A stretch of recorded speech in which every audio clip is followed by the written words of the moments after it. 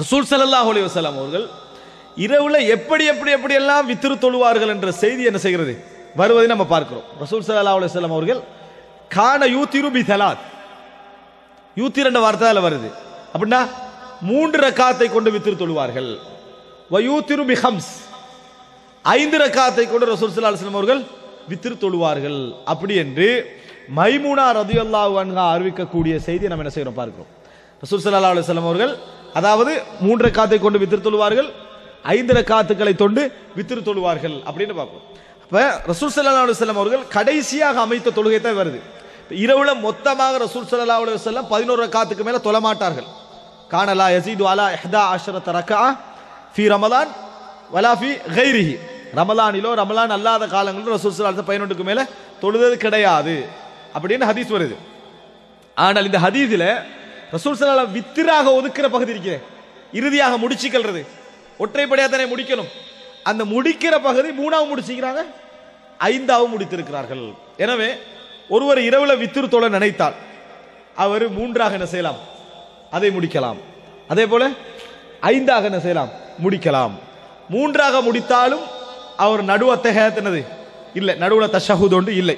3 தொடர்ந்து தொழுகிறாருன்னா நடுவுல தஷஹுத் இல்லை, கடைசியில் சலாம் கொடுத்துருவார். 5ஆக முடித்தாலும் எதிலே அவர் என்ன செய்ய மாட்டார், உட்கார மாட்டார், கடைசியில தான் என்ன செய்வார், உட்காருவாரு. அப்ப ரசூல் ஸல்லல்லாஹு அலைஹி வஸல்லம் அவர்கள் 3 மக்களுக்கு வழிகாட்டணும் என்பதற்காக ஒவ்வொரு முறையில ரசூலுல்லாஹி ஸல்லல்லாஹு அலைஹி வஸல்லம் தொழுதிருக்கிறார்கள் என்பதற்கு இது பெரிய ஒரு ஆதாரம்.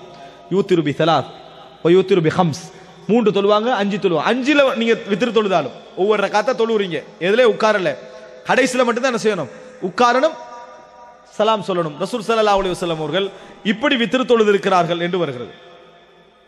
இப்படி மட்டுமல்ல, ரக்காத் என்ன செய்யலாம், ரசூல் ஸல்லல்லாஹு அலைஹி வஸல்லம் அவர்கள் வித்ரு தொழுதிருக்கிறார்கள் அப்படின்னு செய்தி வருது. 11 ரக்காத் தொழுத அந்த செய்தியை நீங்க பார்க்கிற நேரத்தில் ஒரு அறிவிப்புல வருது, வஅவுதர பிரக்கஅ, என்ன, ஒரு ரக்காத்தை ரசூலுல்லாஹி ஸல்லல்லாஹு அலைஹி வஸல்லம் அவர்கள் வித்ராக தொழுதார்கள். அது தொழுதத்துல ஒன்றை தனியா என்ன செஞ்சாங்க, பிரிச்சு தொழுகிற நேரத்தில் ஒரு ரக்காத் என்ன செய்தார்கள், வித்ரை ரசூல் ஸல்லல்லாஹு அலைஹி வஸல்லம் தொழுதார்கள். இது ஒரு காலகட்டத்தில் இப்னு அப்பாஸ் ரலியல்லாஹு அன்ஹு இடத்தில் ஒருவர் வந்து சொல்றாரு, முஆவியா ரலியல்லாஹு அன்ஹு அவர்கள் லா யூத்திரு இல்லா பிரக்கஅ, ஒரு ரக்காத்தை கொண்டு தான் என்ன செய்றாரு, வித்ரு தொழுகிறாரு. அவர் வித்ரா எப்படி முடி, அதான் இரவு தொழுகிறன்னு அர்த்தம் அல்ல, அவர் வித்ர் எப்படி இருக்குது, எப்பயும் ஒரு ரக்காத்தாகவே இருக்கிறது அப்படின்னு சொல்றாங்க. அதுக்கு இப்னு அப்பாஸ் என்ன பதில் சொன்னாங்கடா, அவர் சொன்னது குற்றச்சாட்டு மாதிரி.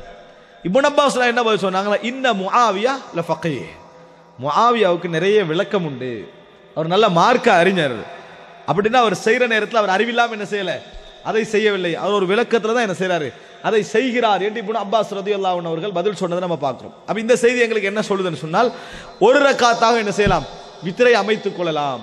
இப்போ எங்கட சிந்தனை எதில் போயிடக்கூடாது, நம்ம முதலாவது ஒன்றிலிருந்து ஸ்டார்ட் ஆக்குவோம் அப்படின்னு என்ன செய்யக்கூடாது, நம்ம போகக்கூடாது.